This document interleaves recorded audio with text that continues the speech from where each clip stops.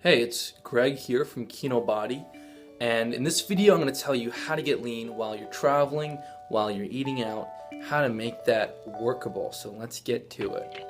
But before I do that, I just want to mention I've been in Los Angeles for the last 4 weeks, and I have managed to get a little leaner while being very, very relaxed and not training very often. I think I worked out maybe in this month, maybe like 6 times, so once or twice a week. Let me just show you where I'm at right now.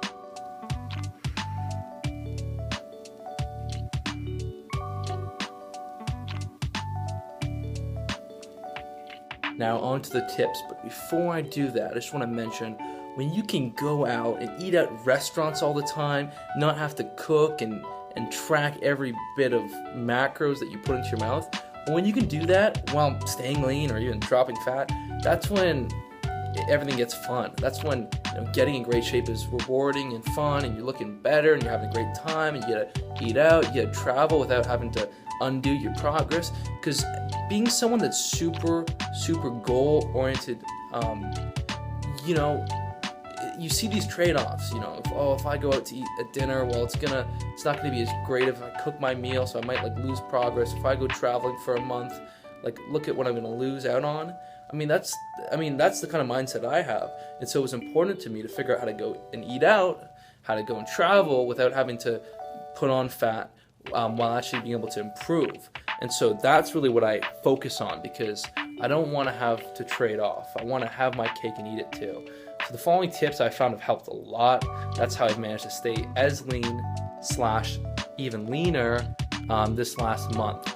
So the first thing that's important is you really have to be health conscious while you're traveling. You can't just, be like, oh, well, I'm traveling, so I'm just going to do this. You can't. That's not going to work. So be conscious. Be a conscious eater at all times. Doesn't mean you have to be obsessive. Just has to mean that you are accountable for what you put into your mouth. And at the same time, you should also have an idea for how many calories you should be consuming. So me, for example, I do a lot of walking. Since I've been in LA, I do a fair amount of walking. I probably burn, 2,800 calories per day, maybe 3,000. I am 185 pounds, so I do, I can burn a fair amount of calories. So I would say 2,800. Now, I'm more interested in just maintaining or just steadily getting leaner, so I kind of figured I should just have 2,500 calories. So that's the amount I can have to work with. Now, with that in mind, I can, eat, quite a bit. I just can't go to the extreme. I can't just snack all day. I have to be pretty accountable. And even while you're traveling, it's important that, it's very easy to eat 4,000 calories. So, it is important to be wary and to pick foods that will satiate you. And that's my second point. Once you know how much you should be eating, I also recommend picking foods that are similar to the ones that you have been accustomed to eating when you're in quote-unquote diet mode, when you're at home and cooking. So that's your lean meats, your chicken, your steak, your ground beef, fish, eggs, whatever it is, potatoes, sweet potatoes, rice, veggies, your healthy fats, and avocado, cheese. That's the stuff that I usually have mostly. And apples, some fruit. So stick to, the foods that you're accustomed to eating. It will make you feel really satiated and full and satisfied. It will help you hit the amount of macros that you want, your proteins, fats, and carbs. And it will also, be easier to track. Because if you're guessing, if you have to eat 2,000 calories, you have to guess, you're going to know much more accurately how much calories you're getting in a meal, if they're the foods that you're used to eating. So if you're used to eating, steak and rice, well, you could see a meal and be like, that's probably around 800 calories. It's not going to be exact, but as long as you're in the ballpark, you'll be fine. And that's really the best you can do, because you can never be exact. You can never be 100% accurate in terms of how many calories you're burning each day. Even if you're tracking all of your calories, you can never be 100% exact in terms of how much you're actually taking in, because even those are not 100% accurate. So just try and be in the ballpark. And also just use your appetite as a guideline. So if you're accountable for how much you have to eat each day, and you're eating the similar foods, we should also know how full and how hungry you should be. So So when you eat a meal, if you feel pretty full, you should probably stop. So listen to let your appetite guide you. That's a really important one. And the third one that I like to mention is don't be afraid to double up on the protein. So a lot of restaurants, like as a fitness guy, you want to consume a good amount of protein because that will help keep you full and satiated and help you support your muscle mass needs. So a lot of times, for me, for example, I do intermittent fasting. So I skip breakfast.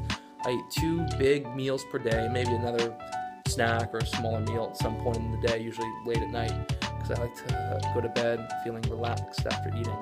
And that does not negatively impact growth hormone, because growth hormone is secreted in a pulse-like fashion at night. So it happens in pulses. And so if you do eat carbs before bed, you'll be fine. Over the course of the entire night, your growth hormone levels will probably be identical.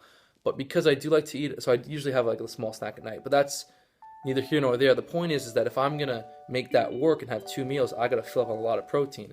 So I usually, a couple meals that I would do is I'll go to Chipotle and I'll get a burrito bowl, and I'll usually get double or triple meat. That's a lot, and it's amazing, and I feel full and satisfied for several hours.